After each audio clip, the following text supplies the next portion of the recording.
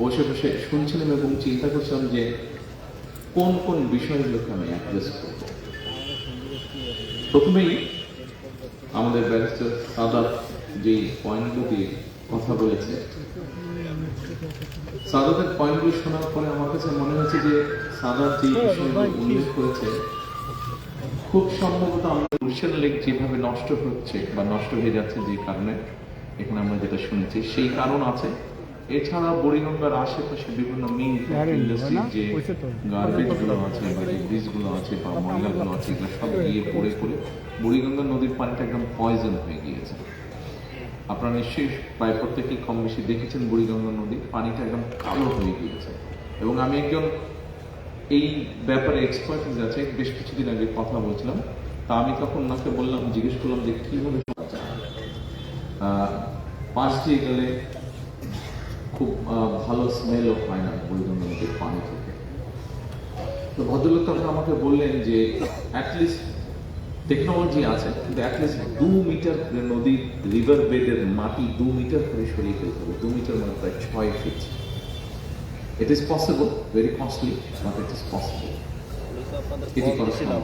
অর্থাৎ আমি এখানে মূল যেটা কথা বলতেছি যে পানিটা পলিউট হয়ে গেছে, এক নম্বর এটা। দ্বিতীয়ত শীতলক্ষ্যা নদী, শীতলক্ষ্যা নদী থেকে মোটামুটি ভাবে ঢাকা শহরের অর্ধেকের মতন পানি আসছে।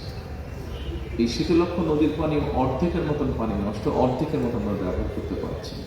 যেহেতু অর্ধেক ব্যবহার করতে পারছি সেই জন্য এখন মেঘনা থেকে পানি টেনে নিয়ে আসা হচ্ছে। কিন্তু মেঘনার দুপাশে আপনারা যদি খেয়াল করে দেখেন, মেঘনা নদীর দুপাশেও বহুত মিল ইন্ডাস্ট্রি করছে এবং বাসা বাড়ি বিভিন্ন সুয়েজ লাইন যারা ওখানে বসবাস করছে গিয়ে নদীতে করছে।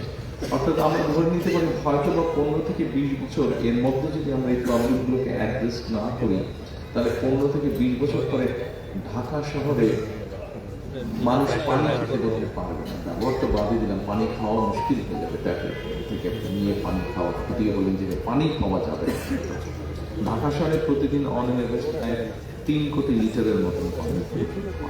তাহলে চিন্তা করেন, পাশের নদীটা নষ্ট হয়ে গিয়েছে, পরের নদীটা মোটামুটি নষ্ট হচ্ছে, তারপরের নদীটা এখনো ঠিকঠাক আছে কিন্তু নষ্ট হওয়ার উপক্রম হয়েছে।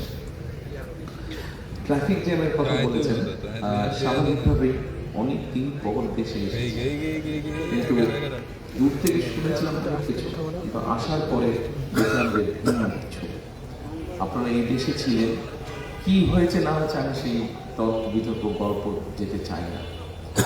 নর্মালি আমাদের দেশের রাজনীতিতে সাধারণত রাজনীতিবিদ, আমরা যারা রাজনীতি করি, দাঁড়ালে আমাদের যে অপোনেন্ট সাধারণত তাদের সম্পর্কেই কথা হয়, সম্পর্কে তো কথা হয় না, তাদের বিরুদ্ধেই কথা বলা হয় সাধারণত।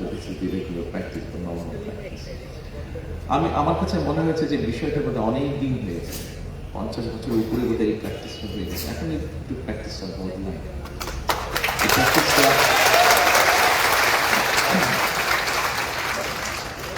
প্র্যাকটিসটা বদলানোর অর্থ এই যে আমি অন্তত পানি বা নদী নিয়ে যে কথা বললাম, আমরা আমার মনে হয় আস্তে আস্তে এই বিষয়গুলোকে যদি নিয়ে আমরা কথা বলি, এই সমস্যার সমাধান আমাদেরকে করতে হবে পানির সমস্যা।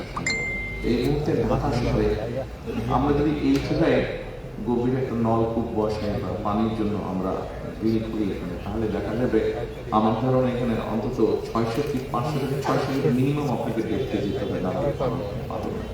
অর্থাৎ আমরা সেটি সেচের জন্যই হোক গ্রামাঞ্চলে, সেটি ঢাকা শহরে আমরা নিজেদের ব্যবহারের পানির জন্যই হোক না কেন, আমরা আমাদের আন্ডারগ্রাউন্ড ওয়াটার লেভেল এমনভাবে আমরা ব্যবহার করছি যে পানির লেয়ার প্রতিদিন নিচে নেমে যাচ্ছে।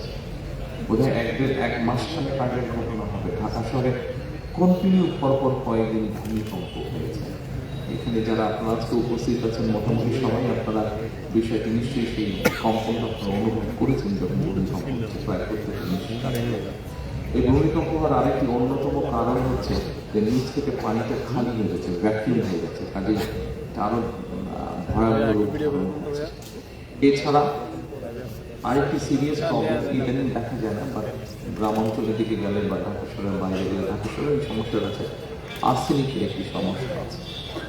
কাজেই এই যে আন্ডারগ্রাউন্ড ওয়াটার, পানি নিয়ে যেহেতু কথা বলছি, লেকের পানি নিয়ে এসছে কথা, পানি নিয়ে যেহেতু দেখা যায় না। সেজন্যই আমি একটু লম্বা উপরে ধরেন একটু। অর্থাৎ এই যে আন্ডারগ্রাউন্ড ওয়াটার লেক, এটা যদি আমরা রিচার্জ করা আজকে থেকে শুরু করি, অন্তত মিনিমাম নেক্সট 20 বছর লাগবে এটাকে মোটামুটি একটা সিচুয়েশনে আনতে আগে যাবো।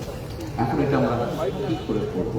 এখানে একজন বক্তা উল্লেখ করেছেন যে আমি যেদিন ঢাকা শহরে ফিরে এসেছি বাংলাদেশে, আমার এই প্রিয় বাংলাদেশের মতো প্রতিষ্ঠানে যখন ফিরে এসেছি, আমরা যেই মিটিংটাতে আমি বক্তব্য রেখেছিলাম, কেউ বলে 300 ফিট, নামকরণ করা হচ্ছে খুব সম্ভবত 36শে জুলাই এই দিন হিসেবে নাম করা হয়েছে।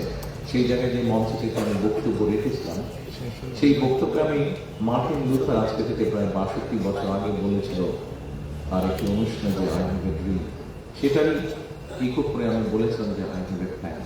জি, এই কথাটা আমি বলেছিলাম 17 বছর 18 বছরের কাছাকাছি সময় দেশ থেকে বাইরে থাকতে হয়েছে।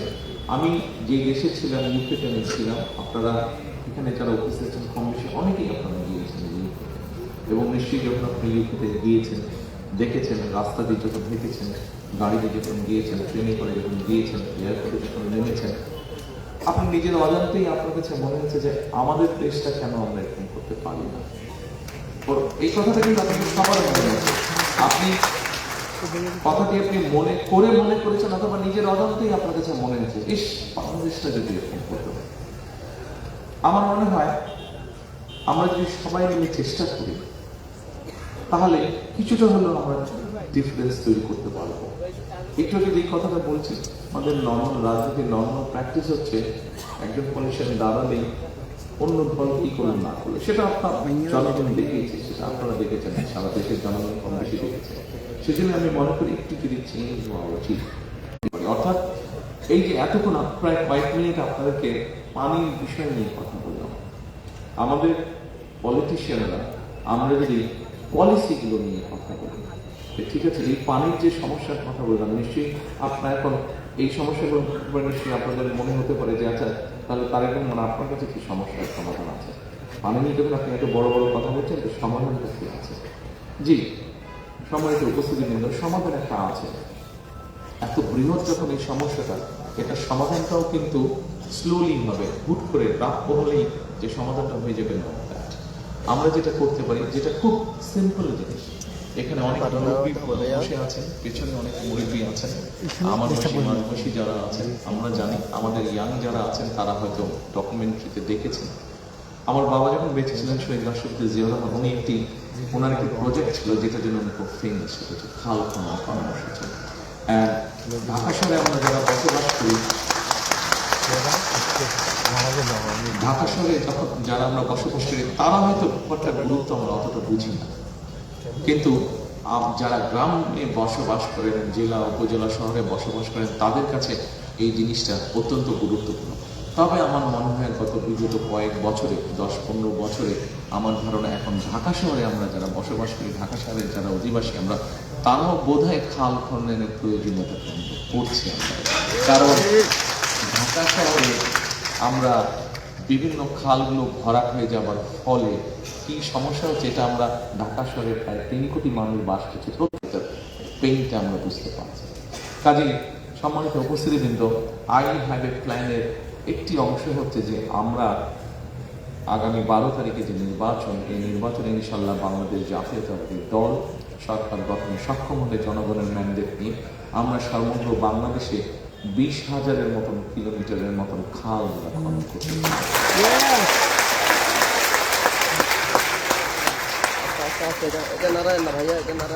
অবশ্যই এর মধ্যে এখানে আপনারা যারা আজকে উপস্থিত আছেন, আপনারা এই 17 ভোটার, আপনাদের সামনে আমি দাঁড়িয়ে আছি, এখানে বক্তারা কম বেশি সবাই বলে গিয়েছেন আমি একটি দলের থেকে এই অঞ্চলে প্রার্থী হয়েছি।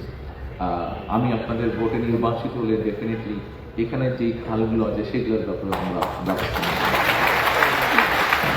আর খুব স্বাভাবিকভাবে যেহেতু এই অঞ্চলে আছি, এই অঞ্চলে যদি মশা বেশি হয়, মশাটা একটা আপনাকে কামড়াবে না, আমাকেও কামড়াবে। ডেঙ্গু হওয়ার পসিবিলিটি যদি আপনার থাকে, যেহেতু আমি আপনাদের সাথেই থাকবো, এই এলাকারই আমি অধিবাসী, এখন ডেঙ্গু আমার হওয়ার পসিবিলিটি আছে। কাজে আমার যদি নিজেকেও রক্ষা করতে, তাহলে আপনাকে আমার রক্ষা করতে হবে। আপনাকে রক্ষা করতে পারলেই না। সম্মানিত উপস্থিতিবৃন্দ, আমার মনে হয় আরেকটি সমস্যা বোধহয় আছে। একটু আগে আমি বলেছি যে এখানে অনেকেই আপনারা আছেন যারা আপনারা ইউকেতে গিয়েছেন, লন্ডনে গিয়েছেন। আপনারা 25 তারিখে যখন আমরা নামলাম, স্বাভাবিকভাবেই প্রায় 17 বছর আগে যখন দেশ ছেড়ে চলে যেতে বাধ্য হয়েছিলাম, আমার কাছে 25 তারিখে নামার পরে মনে হলো আমি যতটুকু সবুজ দেখে গিয়েছিলাম, মনে হয় সবুজের পরিমাণ অনেক কমে গিয়েছে। ঢাকা শহরে সবুজের পরিমাণ আমার কাছে মনে হচ্ছে অনেক কমে গিয়েছে। যখন প্রথম দিন তো বুঝে উঠতে পারিনি, কারণ প্রথম দিন চারিদিকে এত মানুষ, আমি শুধু মানুষের ভিড় দেখেছি, আমি পরিষ্কার বাইরে কিছু দেখতে পারিনি। পরের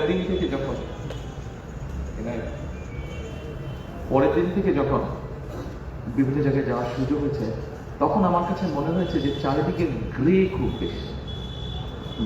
বেশি, চারিদিকে একটা ড্রাই ভাব।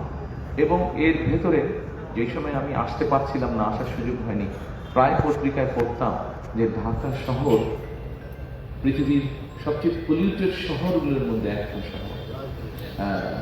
পলিউটেড কয়েকটি 2-3টি শহরের মধ্যে ঢাকা শহর কম্পিটিশন করছে ফার্স্ট হবে কি পলিউশনের দিক দিয়ে। প্রায় বোধ কয়েকবার ঢাকা শহর ফার্স্ট হয়েছে পলিউশনের দিক দিয়ে। সম্মানিত উপস্থিতি।